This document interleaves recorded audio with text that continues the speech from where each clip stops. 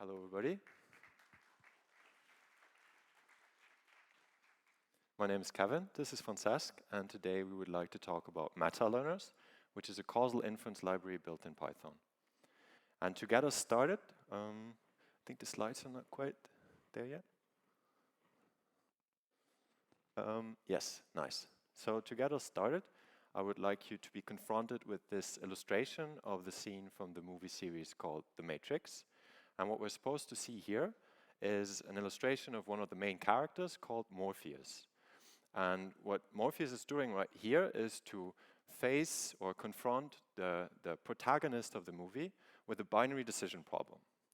And so this problem is such that the protagonist needs to choose either to take the blue pill or the red pill that Morpheus offers to him. And this is a non-trivial question because the protagonist is aware of the profound implications of his choice on his own life. For if he chooses the red pill, he will see reality as it truly looks like, with the unveiling of the harsh truths behind it. Whereas if he chooses the blue pill, he will remain in sort of the comfort of the life as he perceived it so far. So in a way, this is a philosophical question of whether one prefers sort of the comforting ignorance or whether one is willing to see the harsh truths of reality. And since my strengths lie rather with data than with philosophy, I would argue that we let the data decide. And so more concretely, I would claim that we not only want to predict what happens for some other people who might end up taking one pill or the other, but rather we want to decide which intervention to choose. I really see this as a problem where we want to figure out, based on data, should you take the red pill, should you take the blue pill, yes or no? And intuitively, I would argue that in order to decide this, we want to compare different hypothetical outcomes. You could also think of it as the causal consequences of choosing a given pill, right?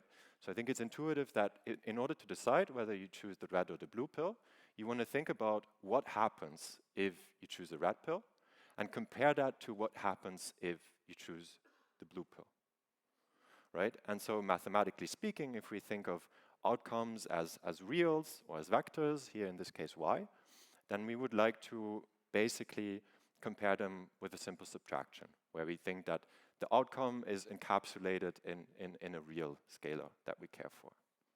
So I think this would be a natural way of framing this problem, this decision problem. And so in order to let the data decide, we need to gather data to learn from. And for that very purpose, Francesc and I conducted a simulated empirical experiment to gather data. And this experiment contains information on individuals. And for each individual, we collected 3 kinds of data. Firstly, we collected their covariates, or you could also call them properties or features, at the time of the intervention, so at the time where they choose either the red or the blue pill. Secondly, we documented which pill everybody chose. This we can also call treatment assignment, because the treatment is either the blue pill or the red pill. The last component that is part of our data set is the outcome for every individual. So here we arbitrarily chose the outcome to be the happiness measured 5 years after the intervention. So here the idea is that with the decision of taking the blue or the red pill, what we're trying to optimize is our happiness 5 years down the road. And so to give this a bit more of a formal framing, we can think of our data set as a set of triplets, where every triplet represents one individual, and where the triplets are made up of the covariates or features X, the treatment assignments W, which are basically just indicators as to whether the blue or the red pill were chosen, and then lastly the outcome, which here for the purpose of this exercise is just a real scalar, a happiness score. And so now, to make it a bit more concrete, I said that we have these properties or covariates on every individual, X. And here we see a snapshot of our data, where we see the individuals in the rows and the covariates in the columns. And we can see that, for instance, we have typical numerical covariates, such as the age or the number of philosophy books one has read in one's lifetime. But we also see categorical covariates or features, such as the dominant personality trait or some kind of education diploma received. Lastly, we have a binary covariate, which indicates whether a person thinks of themselves as an atheist or not. And so now we have this data, and we would like to use it to answer our decision problem. And one first thing we can do is to estimate the so-called average treatment effect, which is a notion from causal inference. And it basically cares for exactly this quantity that I talked about before, the difference in outcomes. So the happiness if we take the blue pill minus the happiness if we take the red pill for a given individual. And what's special about the average treatment effect is that it is an expectation with respect to this quantity. So this expectation is taken with respect to the entire experiment population. So concretely here, based on our experiment, we can learn what has worked best on average. For instance, the blue pill on average increased happiness by 20%, and then use that information in the future to administer the blue pill. However, we are all different. In a way, we are all snowflakes, and we're not satisfied with just what's good on average, right? If there's a certain symptom in a person, you don't want to know that on average it's great to take an aspirin. You want to know whether it's great to give your 6-month-old toddler an aspirin. You want to know whether you, as a pregnant woman, should take an aspirin, right? You're not, an average is not all that powerful always. And this is some potential we want to tap into. And this we can also see in this histogram, which stems from this experiment data set, where again, every individual is an observation. On the y-axis, we see frequencies or counts. And on the x-axis, we see the ground truth for the difference in happiness. So again, this is the outcome under the blue pill minus the outcome under the red pill. This we call treatment effect. And what we can see right away is that there is some mass for which the treatment effect is positive and some mass for which the treatment effect is negative. And this indicates exactly this snowflake aspect, this heterogeneity that I was just mentioning. Because concretely, this means that some people would have been happier 5 years down the road if they had taken the blue pill, whereas others had been happier 5 years down the road if they had taken the red pill. So if we all prescribe the same average treatment to all of them, some will miss out on some potential, right? Ideally, we want to give the red pill to the people who prefer the red pill, or who will be happier with it, and the blue pill to the people who will be happier with the blue pill. And so therefore, instead of estimating only this average treatment effect, ideally we would like to estimate or compute the individual treatment effect. So really the difference in outcomes for a given individual, and not only on average. And so how do we go about this? Well, in an ideal world, a data set would contain these two outcomes for every individual. So we would know what is the happiness 5 years down the road of Anne if she takes the blue pill, and what is her happiness 5 years down the road if she takes the red pill. And if we then have these two bits of information, we can just subtract one from another and have the treatment effect. So here we learn that the blue pill would make Anne 2.6 more or happier 5 years down the road than the red pill. And if we have such a table, then this is really just a simple supervised learning problem, because what we care for is a treatment effect. This is a scalar we have, so this is just a regression problem, and we can solve it with any off-the-shelf machine learning estimator. As the slide suggests, this is only the case in an ideal world, and in reality, we face the so-called fundamental problem of causal inference. And what the fundamental problem of causal inference says is that for a given individual, we can only ever observe one outcome at a time.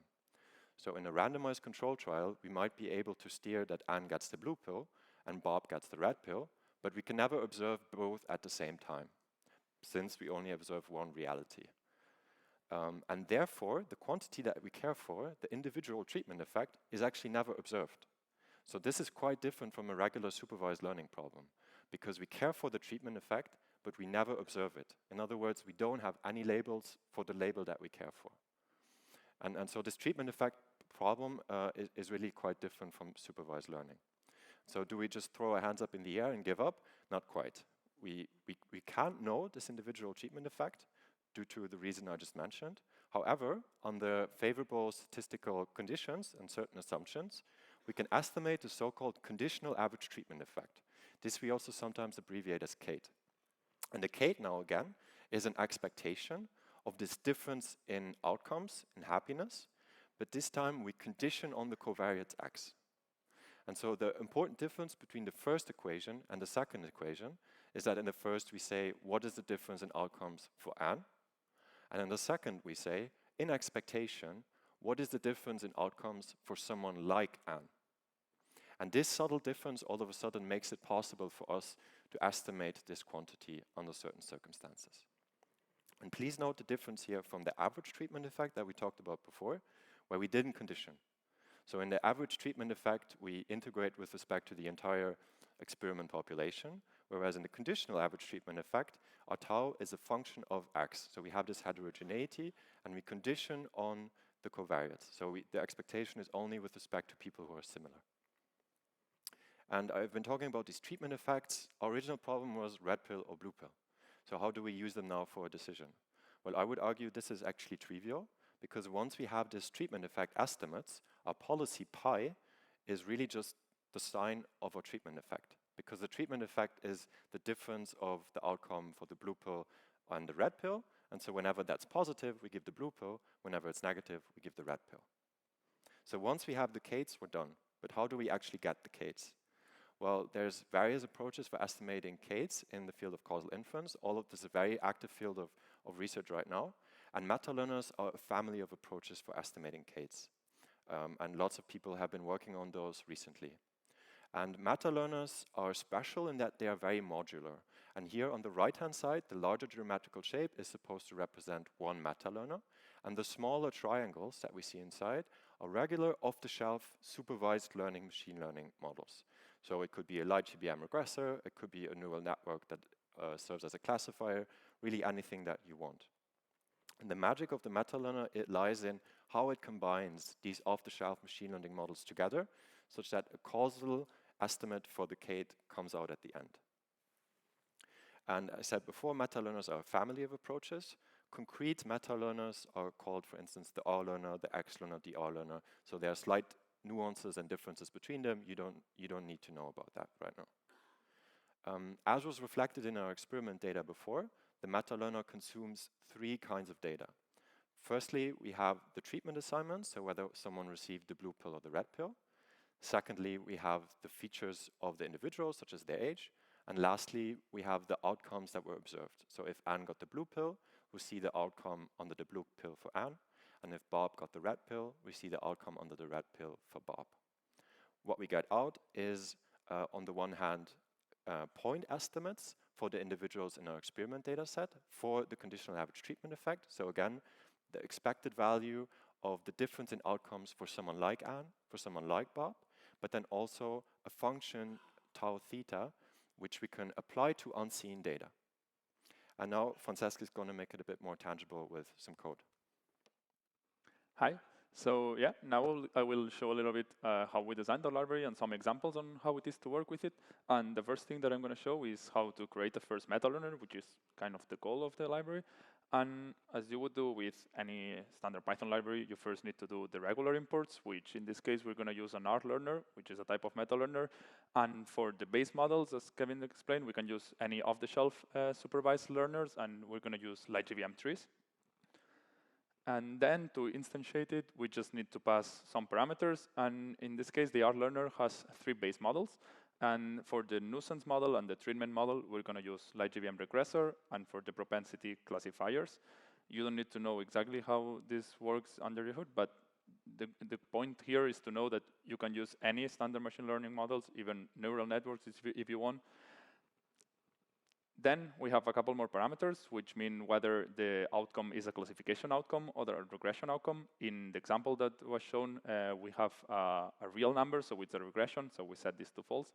And finally, the number of variants, which in this case we have 2, because the user can either take the blue pill or the red pill. And then we can just call fit to fit the data. And as you can probably see, this is really similar to any machine learning, scikit-learn or LightGVM, XGBoost, or similar libraries.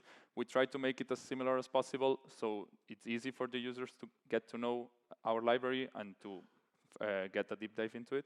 And the main difference here is that instead of only having to pass X and Y, which are the feature and the columns, as Kevin explained, we also have to pass the treatment, which is this W. And then, okay, we have our metalearner fitted, but we want to predict our we want to predict gate estimates on either our experiment data or some new data. So we can just call predict with new data, which is just the X. And then, for example, in the experiments that we show, here we see an histogram of the output of the gates, and we can see that it follows quite a nice distribution, but the main important thing is that, as Kevin explained before, we have people on both sides of 0. So if we have an experiment and we see this, we can decide that MetaLearner and gate estimates is a good technique because we see that for some people, one option is better than the other, and we don't have just an option which is better for everyone, which means we have heterogeneity. But what if, when we plot these predictions, we see really bad predictions which don't kind of make sense? And thanks to our modular design, we can access each of the base models really easily and to try to isolate them so we can evaluate and make predictions just on them. And for example, if we want to just evaluate this red square model, which is called the outcome model, we can just call this line of code and just access a dictionary, and we just access with the corresponding key the base model, and we can just call predict on it to make predictions. And if we have data for it, we can evaluate how these predictions are and if they're good or bad. And then, for example, we see in this case that our outcome model is really bad, and it's predicting really bad outcomes. For example, in the right plot here, we see that the predicted happiness is always around 80. But the true happiness it goes from 40 to 120. So we see that our model is really bad. It looks like it's underfitting in this case, but it can be any possibility. So instead of going from the gate model to each of the base model, we're going to grow the MetaLearner from inside, starting from the base models. And then the solution, as we can see, if we have a good base model which predicts happiness quite well, we can have some gate estimates which are nice and make sense, and we can use reliable.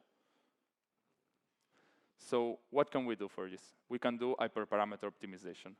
As if you've probably worked with machine learning methods, you know that hyperparameter optimization can have a lot of impact in the outcomes of the model. So as we can think that if there's a big change in the individual predictions, then this is going to affect the output of the final gate model.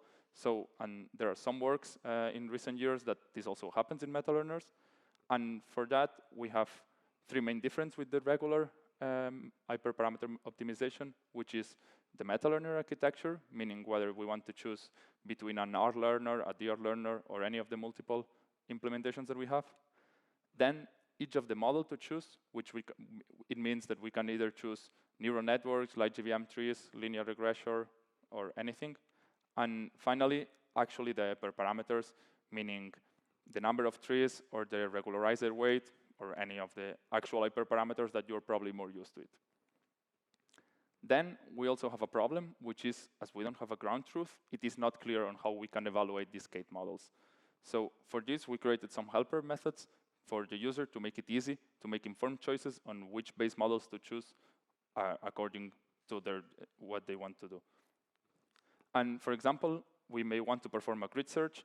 In this case, this is an R learner which has 3 components. And the outcome model, we may want to try between a linear regressor or a light GVM tree. Also, we want to try different number of trees.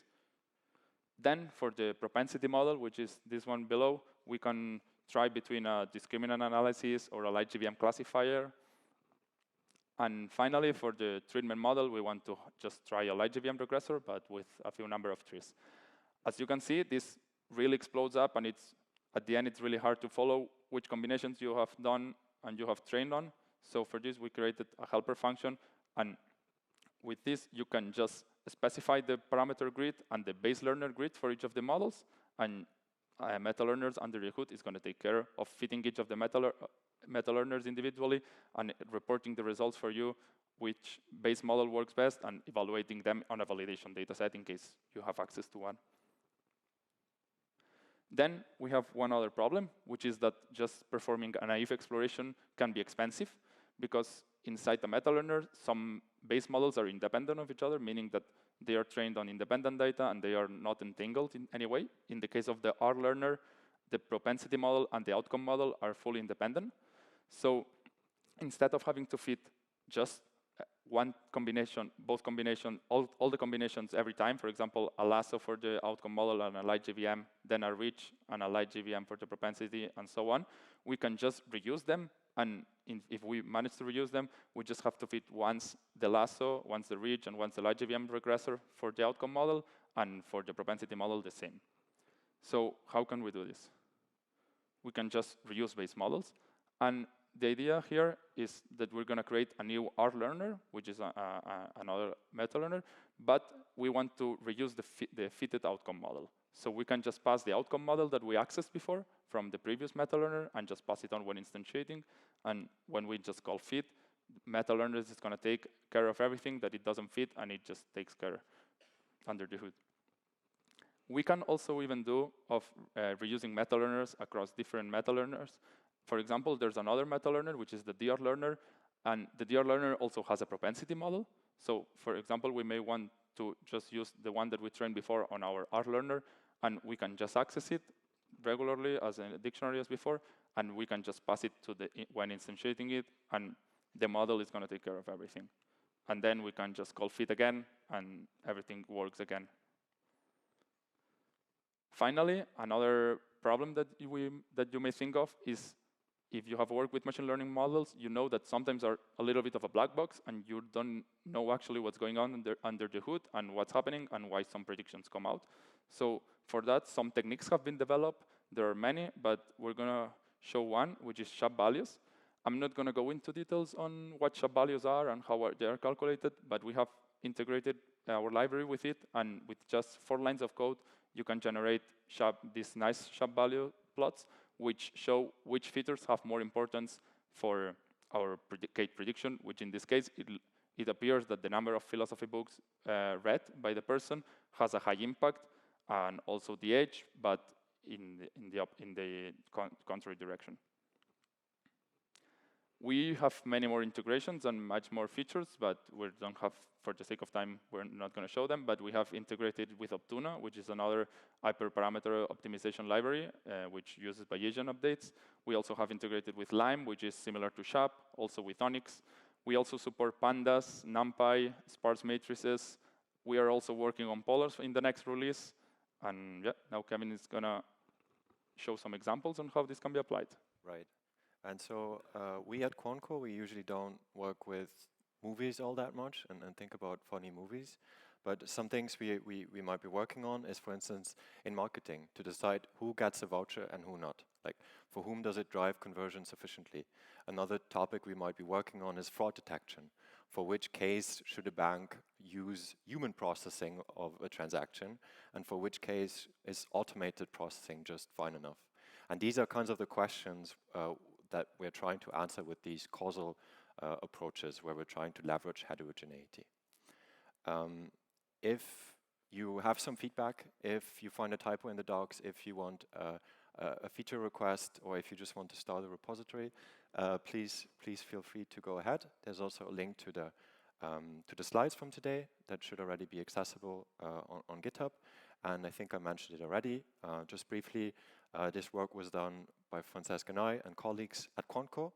And if you would like to work on similar topics too, please reach out either via QuantCo or join at quantco.com, or by talking to Francesc and I. And this is a snapshot of some of the roles we currently have open. We're always hiring. Lots of engineering roles, data science roles, deep learning roles all across Europe and also in North America. So please reach out. Thanks a lot.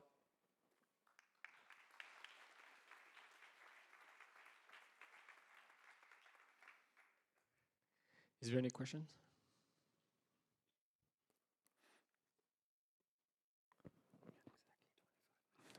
Perfect. Awesome. Oh, sorry. Perspective issue. Hello, thank you very much for the talk. It was super interesting. I really love the philosophical questions you introduced first. And maybe I don't get it, so sorry if you say it that I miss it, but how do you measure the happiness of the people? I'm afraid I didn't fully hear the question. Would you mind maybe talking Yes. a bit louder? Oh, yeah. How do you measure in your model the happiness of the people? I see.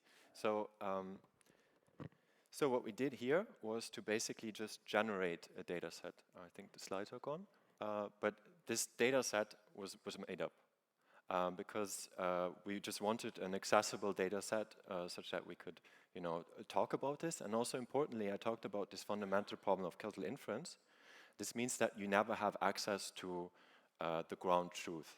And in order to illustrate these histograms and so forth, we needed a ground truth to show that there is heterogeneity. In a real data set, you would never have access to that, and so the plots, there would just be no plots to show for, and you couldn't evaluate your method as well. And so this was a simulated data set. We also apply this stuff to real data sets, but then it's a bit harder to communicate about it. We have another question here. Hi guys, thanks a lot for the presentation. I have a question. So I haven't used causal inference much, so maybe this is a very naive question, but you mentioned about you can do them at the same time, right? So if someone takes the blue pill, then they took the blue pill and you can see, you can see the outcome. And then if they took the red one, same thing. But can't you just do like a regression? And maybe this is what the models are doing under the hood. But can't you just look at, so essentially forget about the red pill and just think of the blue one. And then when you have new data, just do a regression and then find the numbers for the Y column, for the blue one, and then same thing for the red one. And I guess you talked about the tau. The tau would just be the difference. Mm-hmm. Is this what the models are doing under the hood? So I think you have a great idea, especially if you don't have much to do with causal inference so far. I think what you're describing is one approach of yeah. Could we have the slides maybe? Thanks a lot. So I think what you're describing would be one way of figuring out this tau, right? And that is a fair approach. That is a perfectly fair approach. It could simply be that the statistical properties of your approach might not be super strong. So it could be that if the data is not super favorable, for instance, if the treatment assignments were strongly correlated with some features or so, then your estimate might be biased. Maybe it's not even consistent in statistical terms. So it might be a fair approach, and sometimes it might work great, but then some MetaLearners just have more heavy machinery to work in even more, in even harder conditions. That would be sort of the short answer. So you can use this, but in some cases it will fail.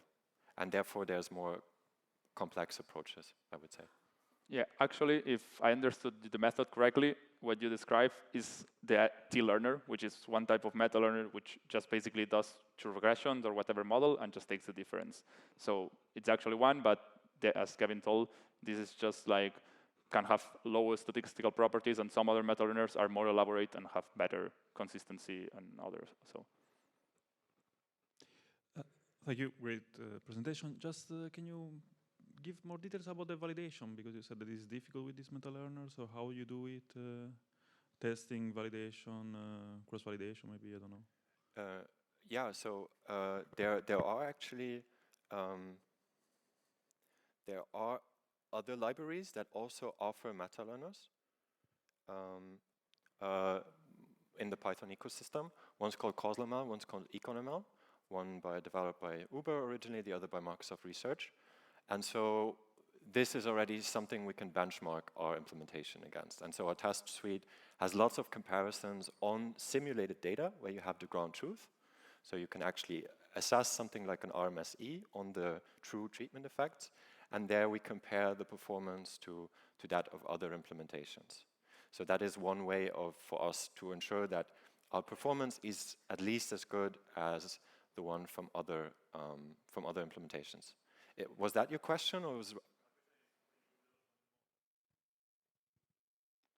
So, like, if you're developing a model on data, yeah. Like when you train, you need testing, validation, cross-validation. Okay. Now I see. So how you do this? Because I don't know the method. So you said that it's more difficult than a normal method. Yeah. So this is really hard, actually. I think nobody really has a great idea on how to do this, how to do model evaluation or even model selection. I think that's one of the things that Francesc mentioned. because you never have the ground truth, right?